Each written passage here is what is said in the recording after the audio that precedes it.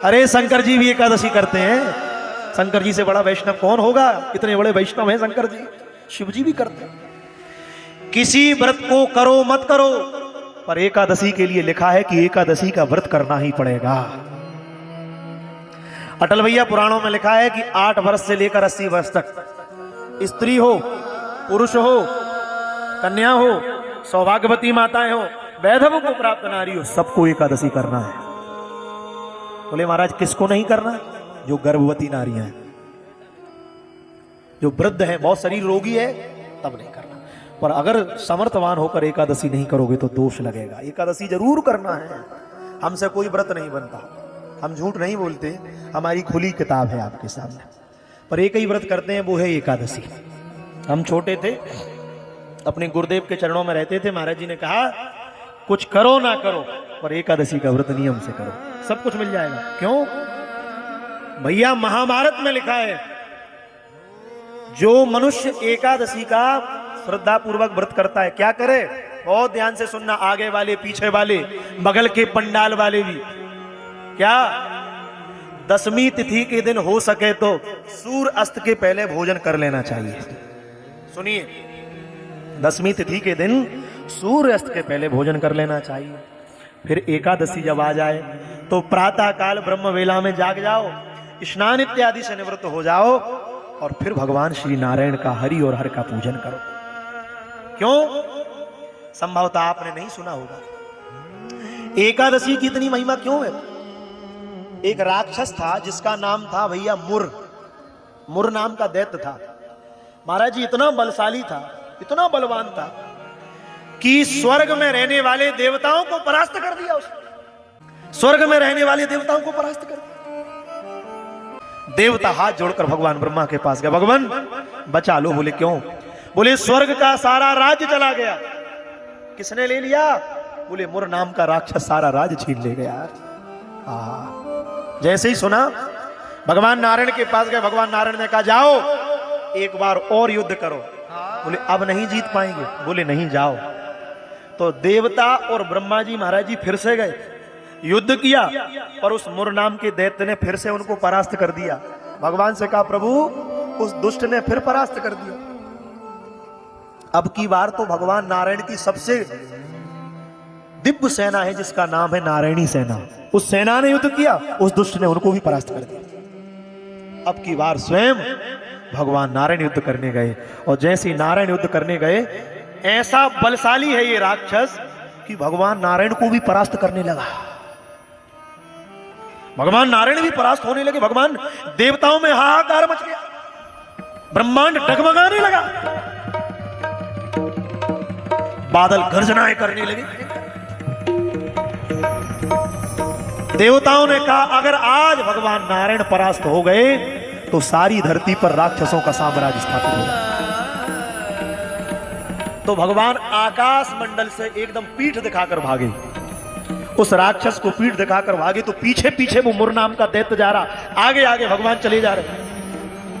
भागते भागते भागते ऊपर से नीचे तरफ चले आए, और भारतवर्ष में एक पर्वत है जिसका नाम है हिमालय। उस हिमालय पर्वत पर भगवान आए, और हिमालय पर्वत से नीचे उतरे तो वहां दो शिखर हैं। एक पर्वत का नाम है नर पर्वत, दूसरे का नाम है नारायण पर्वत, नर नारायण।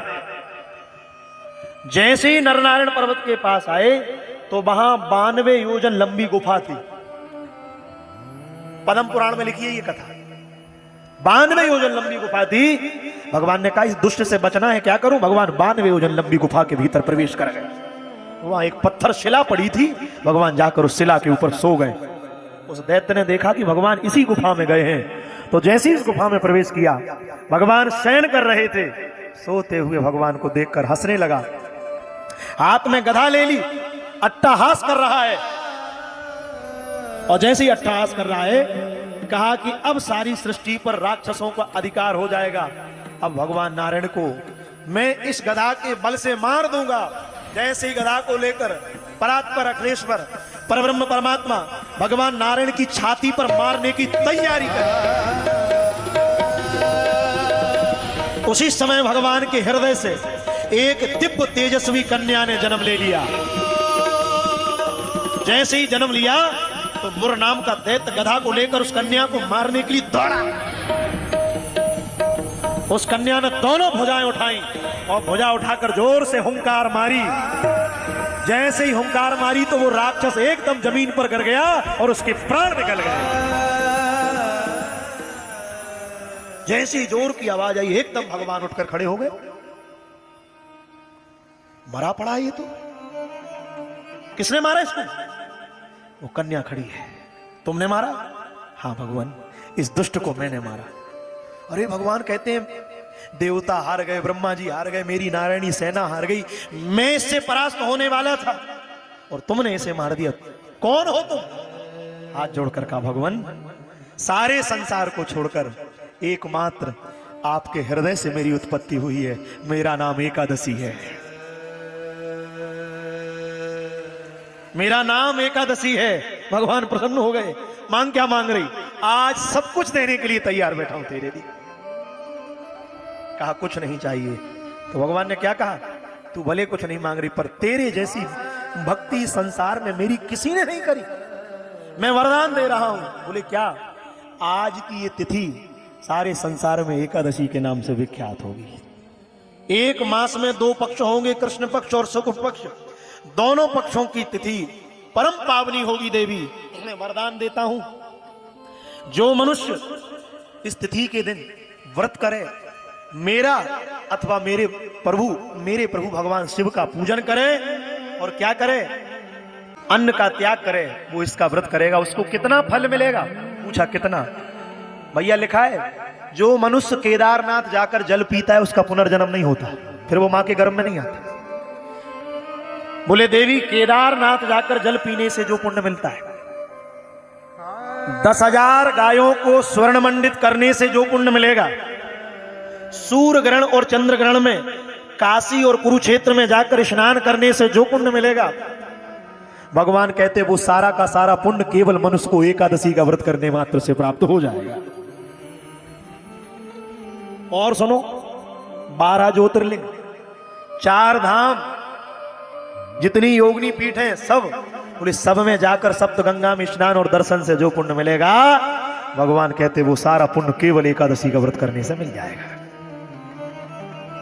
अब बताओ, इतने के बाद भी अगर तुम्हें भगवान नहीं मिले तो तुम्हारे और हमारे जैसा अभागा इस दुनिया में कोई नहीं है। कितनी सस्ती मिल रही है मुक्ति, पर क्या करे? प्रातः काल एकादशी के दिन जाग जाए, स्नान इत्यादि से पवित्र होकर भगवान का जब पूजन करे। कैसे व्रत करे? हो सके तो जल पर करे, जल से नहीं बन रहा, दूध पर करो, दूध से नहीं बन रहा, फल पर करो। हमारे यहां लिखा है अटल भैया फलाहार, फल का आहार करो, पर आजकल तो लोग करते हैं फुल आहार। पूछो क्या कर रहे हैं? बोले फलाहार कर रहे हैं। फलाहार 15 दिन इतना नहीं खाते जितना एक दिन में खा जाते। क्या खा रहे? क्या है फलाहार में? बोले कूटू के आटे के पराठे, रबड़ी, भजिया, खिचड़ी है? इतना फुल आहार, इतना फलाहार लिखा है, फुल आहार नहीं लिखा। कुछ त्याग करो। फिर क्या करे? द्वादशी के दिन पारायण करें। पर एक बात ध्यान रखना, 10वीं विदाई एकादशी नहीं करना। जिस तिथि में प्रातः काल सूर्य उदय में 10वीं है और पूरे दिन एकादशी है, वो व्रत बिल्कुल नहीं करना। क्यों? हम लोग गृहस्थी हैं, हमें पुण्य बचाना है। अगर पुण्य नहीं करोगे तो वंश आगे नहीं जाएगा। 10वीं विदाई एकादशी करने वालों के पुण्य नष्ट हो जाते हैं। महाभारत में लिखा है, श्री द्वारिकाधीश से गांधारी ने पूछा, मेरी आंखों के सामने मेरे 100 पुत्र क्यों मारे गए? भगवान द्वारिकाधीश ने कहा, मां तू 10वीं विदाई एकादशी करती थी, इसलिए तेरे आंखों के सामने तेरे 100 के 100 पुत्र मृत्यु को प्राप्त। क्या करना है? 10वीं विदाई एकादशी नहीं करना, द्वादशी युक्ता एकादशी करना है। कभी जब 2 ग्यारस पड़े ना, तो पहली को छोड़कर दूसरी करो, ये ध्यान रखना। इसलिए भगवान ने एकादशी की महिमा को बताया। शंकर जी भी एकादशी का व्रत करते हैं, इसलिए इस नियम से एकादशी का व्रत करें। एकादशी को किसी भी प्रकार का अन्न नहीं खाना है? नहीं तो तुम सोचो इंदौर को फेमस पोहा है, डकार लो तो खा लो। एक भाई साहब आज हमारे पास आए, बोले हमने पोहा खा लिया। मैंने की बहुत अच्छा किया तुमने आज बेटा, और कोई दिन नहीं मिला तुम्हें, आज ही खाना। एकादशी के दिन अन्न सर्वथा निषेध है, किसी भी प्रकार का अन्न नहीं खाना। अभी नहीं, ये ध्यान रखना। उस दिन भगवान निराहार थे भैया, जिस दिन एकादशी का प्राकट हुआ था उस दिन निराहार थे, और कहा था कि आज के दिन जो अन्न ग्रहण करेगा उसको ब्रह्म हत्या के जैसा पाप लगता है। इसलिए प्रार्थना है एकादशी के दिन अन्न नहीं खाना चाहिए।